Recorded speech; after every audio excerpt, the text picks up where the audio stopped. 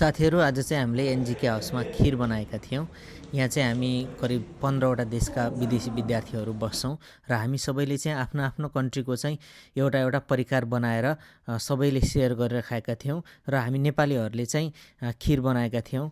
खिर बनाउनको लागि चाहिँ करिब 4 लिटर जति चाहिँ दुध उमाल्यौँ। त्यसमा स्वादको लागि चाहिँ अलैँची र तेजपत्ता राखेर त्योसँगै चाहिँ हामीले चाहिँ काजु किसमिस काटेर चाहिँ सानो सानो पिसमा बनायौँ र त्यसलाई चाहिँ हामीले चाहिँ लास्टमा राख्नेछौँ।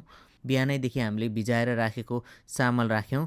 चामल र दुधलाई केही समय हामीले पकाइसकेपछि त्यसमा चाहिँ नरिवल र चिनी राख्यौँ र त्यसलाई फेरि हामीले चाहिँ केही बेर पकायौँ। खिर चाहिँ पाकिसक्ने बेलामा चाहिँ हामीले अघि भर्खर काटेर राखेको काजु किसमिस जुन हामीले चाहिँ फ्राई पनि गरेका थियौँ र त्यसलाई माथिबाट राख्यौँ। सानो फ्लेममा चाहिँ मजाले फेरि पकायौँ। त्यसपछि हाम्रो चाहिँ खिर रेडी भयो साथीहरू। हामीलाई चाहिँ खासै राम्रोसँग खिर बनाउन चाहिँ आउँदैन थियो, जसो तसो गरेर बनाइहाल्यौँ। टेस्ट गर्दाखेरि पनि एकदमै मिठो भएको थियो।